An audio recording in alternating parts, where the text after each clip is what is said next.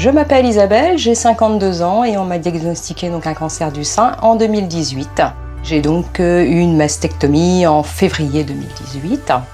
De là sont enclenchés donc 5 mois de chimiothérapie, puis 5 semaines de radiothérapie. Et maintenant j'en ai pour 5 ans d'hormonothérapie.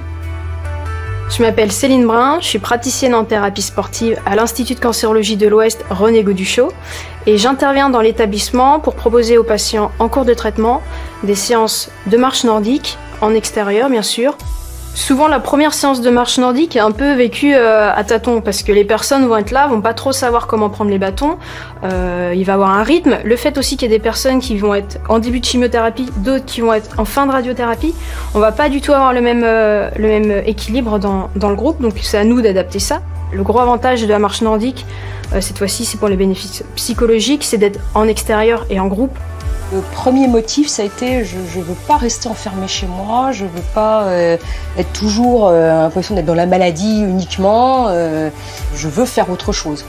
Donc c'est pour ça que j'y allais, et même fatiguée, et donc je partais fatiguée, hein, parce que voilà, c'est comme ça.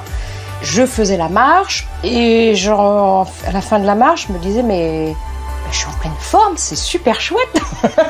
Le fait d'être dehors, pendant 1 heure dans la nature, eh bien, en fait, on revient et on a pris des couleurs.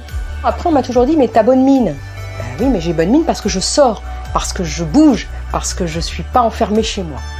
Lors de la marche, on va vraiment insister sur l'amplitude et sur la posture. Donc la méthode thérapeutique qu'on va employer, ça va vraiment être de chercher à avoir le geste parfait et une bonne posture, avoir un rythme qui permet aussi de travailler sur le système cardio-respiratoire. Ce qui est intéressant, ce qui fait qu'on utilise aussi les bâtons et qu'on ne fait pas juste de la marche à pied, c'est que la marche nordique permet de travailler 80% des muscles. Ça permet de rester dans une dynamique, on sent, enfin moi j'ai vraiment senti que j'étais mieux dans ma peau, mieux dans mon corps.